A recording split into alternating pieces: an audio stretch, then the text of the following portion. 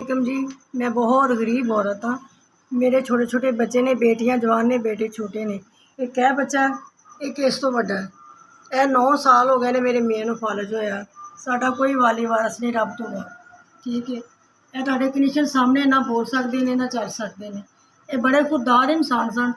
ये कार्डियोलॉजी ते मुलाजम सन वार्ड कोल, लेकिन हुण 9 साल तो ये चारपाई दे ना बोल सकते ने ना चल सकते ने। 9 साल हो गए, फालज हो गया, ठीक है।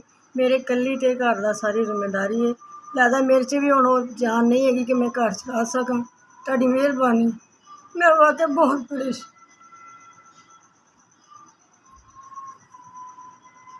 मियाँ मेरे बड़े खुददार हैं, इन्होंने कभी किसी को कुछ नहीं सी मंगे, लेकिन हुण मैं मजबूर हाँ, ठीक है। तुहाडी मेहरबानी, अल्लाह ताला तुहानूं बहुत ज़्यादा दे, मेरी हैल्प की जाए। किन्ने किन्ने दिन इन्हां दी मैडिसन नहीं आती मेरे कोलों, मेरे वसाइल नहीं है, ठीक है। तुहाडी मेहरबानी कि मेरी हैल्प की जाए। मैं बहुत परेशान गरीब औरत, किराए दा मकान है, ठीक है। बिल बहुत बहुत ज़्यादा आ रहे हैं, मैं बच्चों को रोटी भी सही तरीके नाल नहीं दे पा रही। तुहाडी बड़ी मेहरबानी।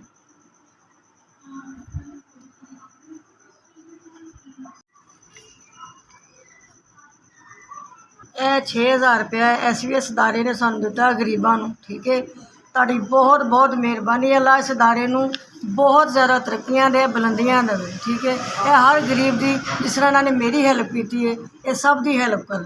अल्लाह SVS अल्लाह तुहानूं जिंदगियां दे, तुहानूं लम्मे दा